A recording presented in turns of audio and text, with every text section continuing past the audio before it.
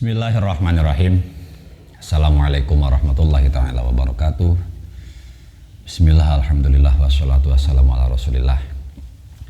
Di sini saya akan sedikit bercerita tentang sebuah pertanyaan yang pernah diutarakan oleh Nabiullah Musa alaihi salam kepada Allah subhanahu wa ta'ala.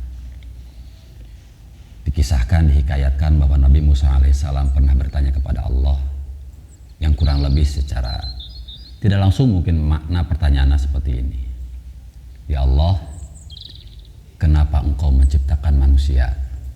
Engkau memberi mereka rizki, Engkau memberi mereka nikmat dengan berupa-rupa nikmat yang berbeda-beda, yang bermacam-macam. Entah itu nikmat ilmu, entah itu nikmat sehat, entah itu nikmat umur, entah itu nikmat pangkat, dan yang lainnya.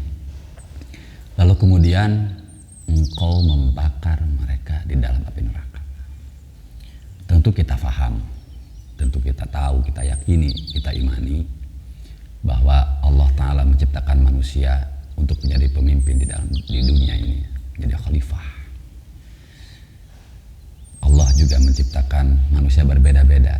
Ada yang beriman, ada yang kufur. Ada manusia yang suka taat kepada Allah, ada juga yang lebih suka maksiat kepada Allah.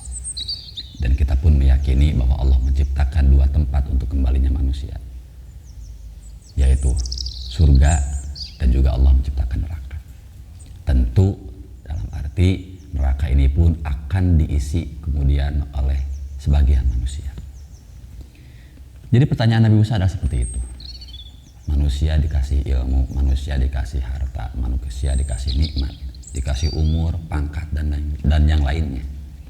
Sementara ternyata ada kemungkinan mereka itu adalah orang-orang yang mengisi neraka. Kemudian mereka adalah orang-orang yang dibakar oleh api neraka. Apa hikmahnya ya Allah? Kenapa Engkau menciptakan seperti itu? Singkat cerita, Allah Ta'ala memberi wahyu kepada Nabi Musa sebagai jawaban atas pertanyaannya, sebagai ijabah atas doanya, yaitu Allah memerintahkan Nabi Musa alaihissalam untuk bertani. Tentu kita kalau mendapatkan pertanyaan, kalau mendapatkan jawaban atas pertanyaan seperti itu dengan jawaban harus bertani, mungkin kita nggak bakal mau. Kita nanya apa, tapi kok dijawab apa? Kita minta apa, kok dikasih apa?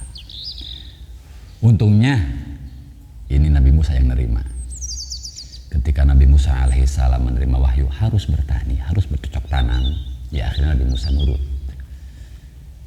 Beliau akhirnya mulai bertani, mulai bercocok tanam sebagaimana biasanya. Ya mungkin kalau di kita ya, kalau di daerah Indonesia mungkin bercocok tanam yaitu ya menanam padi lah, ya di sawah. Kalau diibaratkan lah kepada kita bertani di sawah, ya mungkin Nabi Musa sama, nandur, menanam padi yang masih kecil, masih bibit. Lalu kemudian biasa memberi pupuk, menghilangkan hama-hamanya, hingga akhirnya muncullah masa panen. Nah kemudian hingga akhirnya tiba waktunya untuk memanen tanaman-tanaman atau yang tumbuh-tumbuhan yang ditanam oleh Nabi Musa alaihissalam. Nabi Musa pun memanen. Setelah panen, Allah Ta'ala memberi pertanyaan kepada Nabi Musa, wahai Musa, bagaimana bercocok tanammu, bagaimana berkebunmu? Nabi Musa menjawab, alhamdulillah ya Allah, tanamannya berhasil, pertaniannya berhasil, saya mendapatkan hasil panennya. Lalu kemudian Allah Ta'ala bertanya lagi kepada Nabi Musa alaihissalam, apa yang kau lakukan dengan hasil panenmu? Apakah semuanya kau manfaatkan? Apakah semuanya kau ambil? Nabi Musa menjawab, tidak ya Allah. Mungkin kalau untuk padi, yang saya ambil hanya padinya saja. Daun-daun padinya, tangkainya, akarnya, tidak saya bawa, tidak saya manfaatkan. Lalu apa yang kamu lakukan Nabi Musa dengan yang tidak kau manfaatkan? Nabi Musa menjawab, saya membakarnya ya Allah. Ya seperti itulah kan kita. Kalau seorang petani memanen padi, yang diambil cuma padinya. Daunnya, tangkainya, akar padi tidak dibawa ke rumah, tidak dipanen, justru ditumpuk di atas sawah kering kemudian dibakar. Memang seperti itu kan tingkah orang yang bertani. Musa pun seperti itu, yang diambil hanya padinya, yang isinya saja. Daun kering, dahan kering, tangkai kering, dan akar yang kering pun tidak dibawa, justru kemudian dibakar. Kemudian Allah Ta'ala memberi wahyu kepada Nabi Musa, ya begitu pun saya bertindak. Memang ketika di alam dunia, ketika sekarang kita hidup di dunia, ini adalah masa untuk menanam. Ketika menanam, semuanya pasti mendapatkan perawatan yang sama. Misal contoh, kalau kita menanam padi, ada hama yang menyerang kepada akar, pasti kita usir hamanya. Ada hama yang menyerang kepada daun, kita usir juga hamanya. Ada hama yang menyerang misalnya kepada dahan, kita usir juga hamanya. Tapi tidak berarti akar ini, tidak berarti daun ini, tidak berarti dahan ini kemudian juga akan kita ambil manfaatnya. Walaupun ketika bertanam, ketika menanam, kita menjaga semuanya. Daunnya dijaga, dahannya dijaga, akarnya dijaga. Tapi ketika berpanen, ketika memanen, yang diambil hanya padinya. Daunnya dibakar, dahannya dibakar, akar keringnya pun dibakar. Maka kemudian kita bisa memahami bahwa dunia ini memang tempatnya bertanam. Maka kita nggak boleh sirik, nggak boleh iri.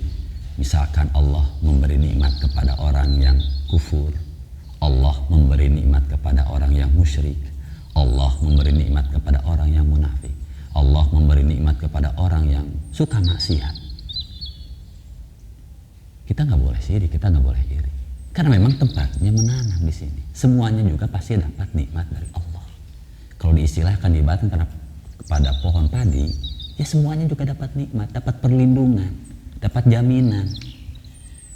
Kalau kita diibaratkan tanaman, semuanya juga dapat nutrisi dari pupuk. Semuanya juga dapat nutrisi supaya terhindar dari hama. Ya gitu, itulah sama. Ini tempatnya menanam. Dan tempatnya memanen adalah akhirat.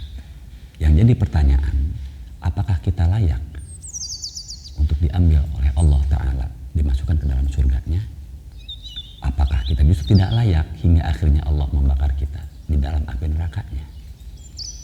Kemudian Musa pun bertanya kepada Allah, ya Allah, jika kemudian seperti itu, maka apakah kebagusan dalam setiap diri manusia yang menjadikan manusia itu dianggap bermanfaat, dianggap ada bagusnya, dianggap ada baiknya, hingga kemudian manusia itu mendapatkan nikmat engkau di dalam surga, bukannya mendapatkan siksa di dalam api neraka? Allah menjawab, kebaikan di dalam manusia adalah la ilaha illallah. Jadi kita bisa menyimpulkan manusia yang di dalam hatinya tidak ada la ilaha illallah, walaupun mungkin di dunia mendapatkan fasilitas yang baik dari Allah Ta'ala, kemungkinan di akhirat justru dibakar di dalam api neraka. Tak ubahnya daun padi, tak ubahnya dahan padi, tak ubahnya akar padi. Tapi manusia yang di dalam hatinya ada la ilaha illallah, di akhirat akan mendapatkan nikmat dari Allah Subhanahu wa Ta'ala. Jadi intinya dari kisah singkat Nabi Musa ini adalah, pertama, terkadang Allah Ta'ala menjawab doa, menjawab pertanyaan dari umatnya, dari abdinya Allah, dari hambanya Allah, dengan jawaban yang mungkin tidak sesuai dengan pertanyaan, dengan ijabah yang mungkin tidak sesuai dengan apa yang diminta. Tetapi ketika hamba Allah tersebut menjalani jawaban dari Allah atas pertanyaan dia, atas permintaan dia dengan ikhlas, maka tetap dia akan mendapatkan apa yang ingin dia capai, mendapatkan apa yang dia butuhkan, mendapatkan jawaban yang pasti atas pertanyaan-pertanyaan dia. Kedua, pastikan diri kita mempunyai kebaikan di dalam hati, agar ketika waktunya pemanen nanti, yaitu ketika yaumil qiyamah di akhirat, kita mendapatkan nikmat Allah Ta'ala, yaitu surganya Allah, dan kita terhindar dari nerakanya Allah. Na'udzubillah. Wallahu a'lam. Wassalamualaikum warahmatullahi wabarakatuh.